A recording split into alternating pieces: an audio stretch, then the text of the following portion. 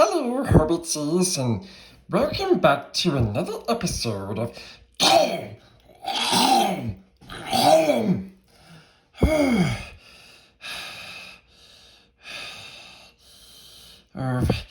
Gollum Reads.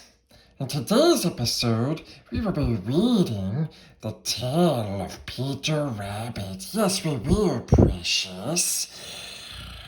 Once upon a time, there were 4 little rabbitses, and their names were Flopsy, Mopsy, Cottontail, and Peter. They lived with their mother in a sandbank underneath a root of a very big fir tree. One morning, old Mrs. Rabbit said, "I'm going to the bakery to buy some brown bread and currant buns. You may go into the fields or down the lane, but don't go into Mr. McGregor's garden. Your father had an accident there, and he was put in the pie. Yes, he was, by Mrs. McGregor." Flopsy, Mopsy, and Cottontail, who were as good as little bunsies could be, went down the lane to gather blackberries. But Peter, who was very naughty, yes, very naughty indeed, went straight to Mr. McGregor's garden and squeezed under the gate. Yes, first he ate some lettuces and some beansies, then he ate some radishes.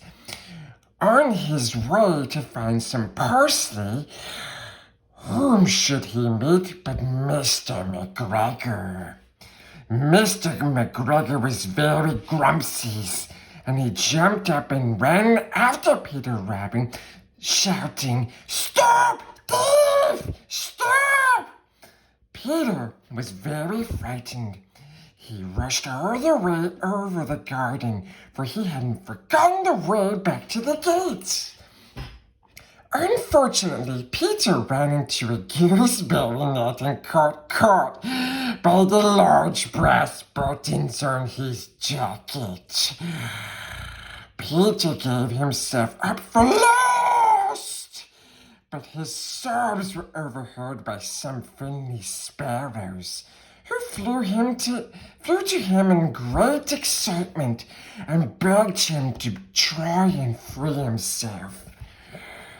Just as Mr. McGregor came up with a sieve, which he intended to pop on top of Peter, Peter wriggled out of his jacket and leaving him behind him.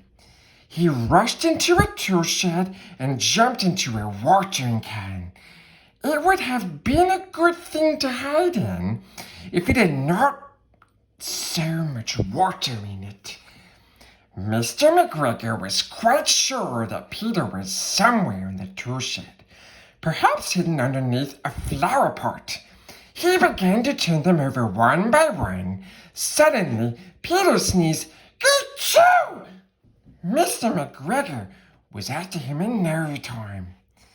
Peter jumped out of the window. Fortunately, the window was too small for Mr. Fat McGregor's. Then Peter ran away from the tool shed, all around the garden. Gollum! Gollum! At last he found the garden gate. He slipped underneath and was safe once more in the woods outside. I'm sorry to say that Peter did not feel very well that evening. His mother put him to bed and gave him a dose of chamomile tea. What's chamomile tea, precious? We don't know. One tablespoon to be taken at bedtime, but Flopsy, Mopsy, and Cottontail had bread and milk and blackberries for supper. Silly Peters.